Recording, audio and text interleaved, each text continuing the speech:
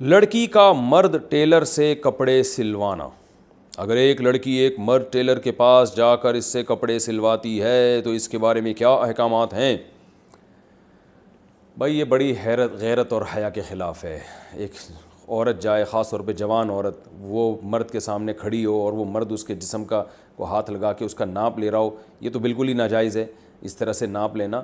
اور اگر وہ اپنے کپڑے بھیج دیتی ہیں کہ بھئی اس ناپ کے کپڑے بنا دو، تو حرام کا تو نہیں ہے لیکن بہرحال غیرت اور حمیت کے خلاف ہے، عورت کی حیا کے خلاف ہے کہ وہ اس جو ہے نا کسی مرد کو اتنا فری کرا لے کہ اس کو جو ہے نا پورے جسم کا ناپ اس کو دے دے. یہ بہرحال میں نہیں کہہ رہا حرام و حلال سے اس کا تعلق نہیں ہے. ناجائز تو جب ہوگا جب خود جائے ناپ دینے کے لیے اور مرد اس کے جسم پہ ہاتھ لگا کے اس کا ناپ لے رہا ہو، یہ تو بالکل ناجائز ہے، حرام ہے. اور لیکن اگر اپنے کپڑے بھیجتی ہے ناپ کے لیے تو یہ بھی حیا کے خلاف ہے. پہلے زمانے میں عورتیں تو اپنے کپڑے تاروں پہ لٹکاتی تھیں ایسی جگہ پہ جہاں مردوں کی نظر نہ پڑے. کوئی مہمان گھر میں آتا تھا ڈرائنگ روم میں تو فوراً اپنے کپڑے وہاں سے ہٹاتی تھیں. اور آج بھی ہیں الحمدللہ ایسی حیا والی عورتیں، اپنے کپڑے ہٹاتی تھیں بھائی کسی غیر مرد کی ہمارے کپڑوں پہ نظر نہ پڑے.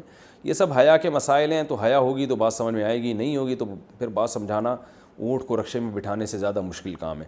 تو اس کا حلال و حرام سے تعلق نہیں ہے، حیا سے تعلق ہے.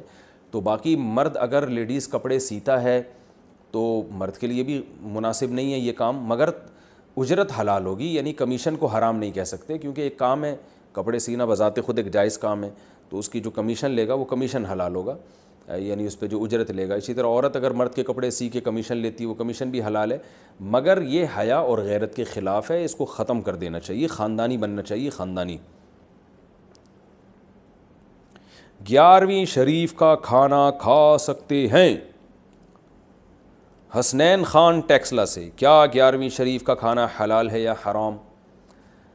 دیکھیں، کھانا اگر حلال پیسوں سے بنا ہے، اللہ کے نام پہ بنا ہے اور اس کا مقصد تھا شیخ عبد القادر گیلانی رحمۃ اللہ علیہ کی روح کو ثواب پہنچانا، تو کھانا بذات خود تو حلال ہے، یعنی اس میں کوئی حرام کا عنصر نہیں ہے، ظاہر ہے.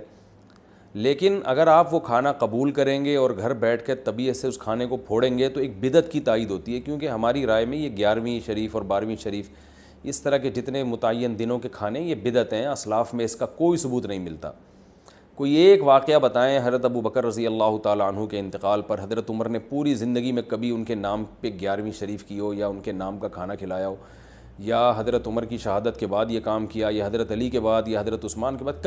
ہمیں کہیں بھی کچھ بھی نہیں ملتا. ائمہ اربعہ سے دکھا دیں، امام ابو حنیفہ کے انتقال پر امام ابو یوسف نے ان کے نام پہ، امام ابو حنیفہ کا مقام تو شیخ عبد القادر گیلانی رحمۃ اللہ علیہ سے کروڑہا گنا بڑا ہے. امام شافعی کا مقام تو شیخ عبد القادر گیلانی رحمۃ اللہ علیہ سے کروڑہا گنا بڑا ہے. تو ان کے نام پہ بھی کبھی کسی نے نہیں کی اور آج بھی نہیں کرتے. تو حضرت شیخ عبد القادر گیلانی رحمۃ اللہ علیہ، ہم ان کی خاک کے برابر بھی نہیں، وہ ہمارے بزرگ ہیں. مگر اور انہوں نے خود بھی یہ بات نہیں کہی ہے، حضرت شیخ عبد القادر گیلانی رحمۃ اللہ علیہ نے کہیں بھی خود بھی یہ ترغیب نہیں دی کہ میرے بعد یہ سب کچھ کیا کرو.